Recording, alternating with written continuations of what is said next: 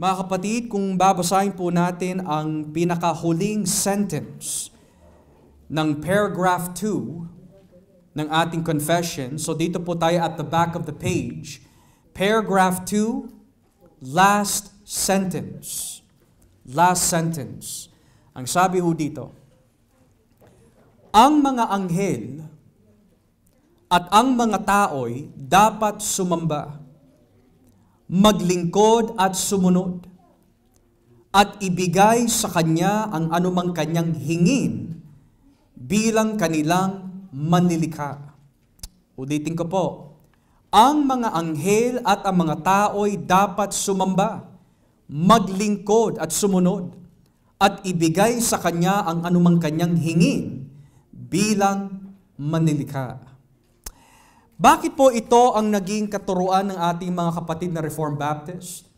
Well, as what we have learned in other parts of the confession, lahat ng kanilang mga pinangahawakan na doktrina ay matatagpuan sa Biblia. Now, may 5 punto na nais ko po maipakita ho sa atin mula sa Biblia kung sino-sino po yung mga dapat sumunod sa Kanya. Kasi kung tutuusin, lahat tayo ay nilikha ng Diyos. And the greatest form of worship na maipapakita po natin sa Panginoon ay hindi po yung mga pag-awit, yung pagtalon o pagpalakpak sa ating Panginoon. But the greatest form of worship na maipapakita natin sa may likha sa atin ay ang ating pagsunod sa Kanya. That is worship. Di ba sinabi po ni Propetang Samuel, dun po kay Saul, sacrifice is not better than obedience. For obedience is better than sacrifice. Dahil yun ang tunay na pagsamba sa Diyos. So ngayon, ano po ang tinuturo po ng Panginoon tungkol sa pagsunod po sa Kanya ayon po sa mga nilikha ng Diyos? Well, unang-una, si Adan. Kung babasahin po natin ang Genesis chapter 2, verse 16 and 17, kitang-kita po natin na si Adan ay inutusan ng Diyos na gawin ang isang bagay. Genesis 2 verse 16 and 17. Sabi po ng Biblia, at sinabi niya sa tao, makakakain ka ng kahit anong bunga ng punong kahoy sa halamanan, maliban lang sa bunga ng punong kahoy na nagbibigay ng kaalaman kung ano ang mabuti at masama, sapagkat sa oras na kainin mo ito, tiyak na mamamatay ka. Subalit sa wikang English of verse 16, and the Lord God commanded the man, you are free to eat from any tree in the garden, but you must not eat from the tree of the knowledge of good and evil, for when you eat from it, you will certainly die. So ditong kitang-kita ho natin na si Adan po ay nilikha ng Diyos, hindi lamang po para lamang sa relasyon, kundi para siya'y utusan na tuparin ang kalooban ng may likha sa Kanya. The Lord God commanded Adam to do a certain thing. The next thing that we see in the Bible ay yung mga Israelita. Kung babasahin po natin ang Deuteronomy chapter 11. Deuteronomy chapter 11. Talatang 1, verse 1. Deuteronomy chapter 11 verse 1. Sabi po na salita po ng Diyos, mahalin ninyo ang Panginoon na iyong Diyos at tuparin ang Kanyang mga utos, tuntunin, panuntunan at kautusan. Love the Lord your God and keep His requirements, His decrees, His laws, and His commands always. So kung sa unang tao, nilikha ng Diyos si Adan para po sa relasyon at para siya'y sundin, ganoon din sa mga Israelita. Inilabas po sila mula sa Egypto, hindi lamang para po maligtas, kundi kung susundin po nila ang mga utos ni Yahweh, mapapabuti sila. Pero hindi lang po sa mga tao, ibinigay po ng Diyos yung utos. Maging ang mga anghel ay kailangan sumunod sa Diyos. Basahin po natin ang Salmo 103. Psalm 103. Talatang 20. Psalm 103 verse 20. Tignan niyo po ang sinasabi ho dito. Salmo 103 verse 20. Purihin ninyo ang Panginoon, kayong makapangyarihan niyang mga anghel, na nakikinig at sumusunod sa kanyang mga salita. Praise the Lord, you His angels, you mighty ones who do His bidding, who obey His word. Nakita ho natin ito sa Samuel and the Kings na inutusan po ng Diyos ang isang anghel na patayin ang 185,000 Syrian men. At sinabi ng Diyos, tama na. At sumunod po ang mga anghel. So ang mga anghel ay sumusunod din po kay Yahweh. Bakit po? Dahil sila ay mga nilalang lamang. Maging ang mga demonyo, kahit na ayaw po nila magsisi, ayaw po nila mahalin ang Diyos, sumusunod din po sila sa Diyos kapag ito'y inutos ng Panginoon. Basahin po natin dito sa Marcos Kapitulo 1. Marcos, Kapitulo 1, talatang 23 hanggang 27. Marcos Kapitulo 1, talatang 23 hanggang 27. Sabi po ng Biblia, in Mark 1:23 to 27, may isang tao roon na sinasaniban ng masamang espiritu. Ang biglang nagsisigaw, ano ang pakialam mo sa amin, Jesus na taga Nazaret? Naparito ka ba upang puksain kami? Kilala kita, ikaw ang banal na sugo ng Diyos. Pero sinaway ni Jesus ang masamang espiritu. Tumahimik ka at lumabas ka sa kanya. Pinangisay na masamang espiritu ang tao at sumigaw siya habang lumalabas. Namangha ang lahat ng naroon at sinabi nila sa isa't isa, ano ito? Isang bagong aral na may kapangyarihan. Pati ang masasamang espiritu ay nauutusan niya at sumusunod sila. Na bagamat ang mga demon spirit ay maituturing masama, pero dahil nilikha pa rin sila ng Diyos, kailangan pa rin po nila sumunod. So yung sinabi po sa ating confession, maging ang mga tao at ang mga anghel ay kailangan sumamba o kailangan sumunod sa Diyos. Bakit?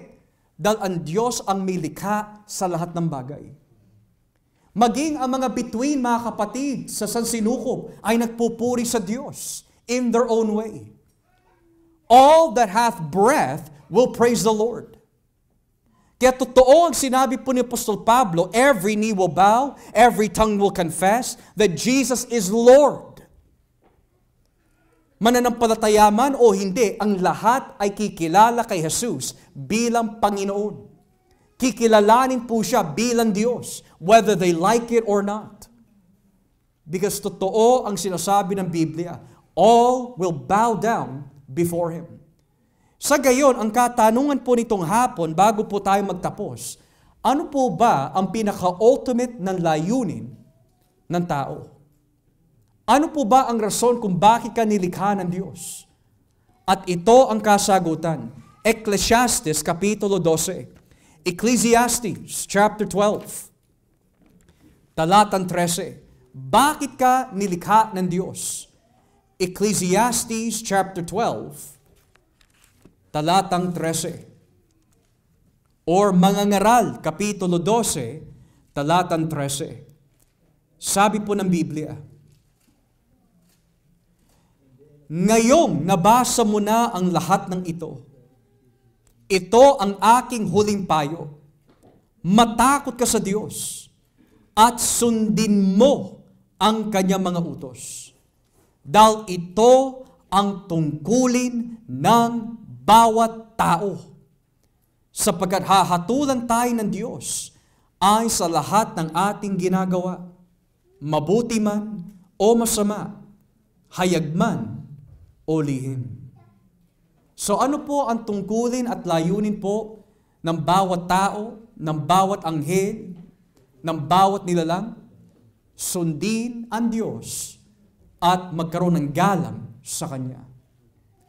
So ngayon, paano ho natin magagawa po yan? Sa biyaya ni Kristo. Kung tayo po ay hihingi ng biyaya mula sa Diyos, mga kapatid, tutulungan po tayo ng banal na Espiritu na masunod ang kanyang kalooban at magampanan po natin bilang mga nilalang ng Diyos ang ninanais ng ating manlilikha. So with that being said, nawa po sa ating maikling pag-aaral, nakita ho natin, tao, anghel, demonyo, si Adan, mga Israelita, mas lalo ng iglesia, kailangan po nating sundin ang Diyos na nagligtas sa atin. Do we have any questions this evening sa ating pag-aaral? Any questions this evening? Brother Joel. Bakit yung mga sinabi doon sa Santiago, yung mga demonyo naniniwala pero hindi sumusunod? Yung ba may kinalaman din sa decree ng Panginoon o yung dahil hindi sila sumusunod dahil meron silang pinapanginoon yung mga demonyo? Yeah, well, ayon po sa Mateo 12, malinaw naman na si Satanas, may sarili siyang kaharian. So syempre, doon sa kaharian po na yun, ayon po sa Efesos 6, we have principalities, powers, rulers of darkness of this world, spiritual wickedness in high places. So may mga ano po siya, may structure po yung kaharian. So we can say in that sense, ang mga demonyo ay naglilingkod kay Satanas. So yung dito sa Ecclesiastes, sabi yung nabasa sa Salmo yata yun, na ang mga demonyo sumusunod. Bakit sila sumusunod sa Panginoon kung meron silang Panginoon? Alam mo. Right. So, bagamat si Satanas ang kanilang Panginoon, pagdating sa kasamaan, hindi si Satanas ang kanilang creator. So, kung natatandaan po natin sa Biblia, bagamat hindi sila nagsisisi, ang sabi ng salita po ng Diyos, may layunin po ang Diyos para sa mga masasama. So ngayon, bakit hindi sila sumusunod sa Diyos in its fullest sense? Dahil bahagi yun sa plano niya eh. Pero kapag inutos ng Diyos ang mga ito na sumunod sa Kanya, susunod at susunod ang mga ito. Kasi soberano po ang Diyos eh. Right? So kagaya po nito, inutusan po ni Kristo ang mga demonyo na lumipat sa mga baboy. Sumunod sila.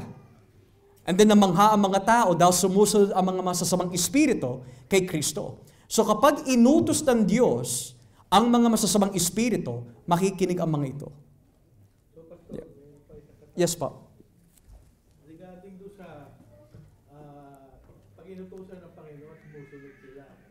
Sila ba may pag-asa pang Maligtas. maligtas? No. Kasi hindi, ayaw po nila magsisi Ayaw po nila magsisi. So, kung sila ay susunod man sa Diyos, hindi dahil taos-puso mahal nila ang Diyos, kundi dahil sa takot at para sa kanila, napipilitan lang sila. Pero, yun ang inuutos talaga ng Biblia na kailangan nila sundin ang Panginoon. So, ang kanilang pagsunod, hindi kagaya po ng church, dahil po sa pagmamahal. Sumusunod sila dahil sa takot lang, pero hindi sa pagmamahal. Yeah. Okay? Anyone else have any questions this evening? Okay?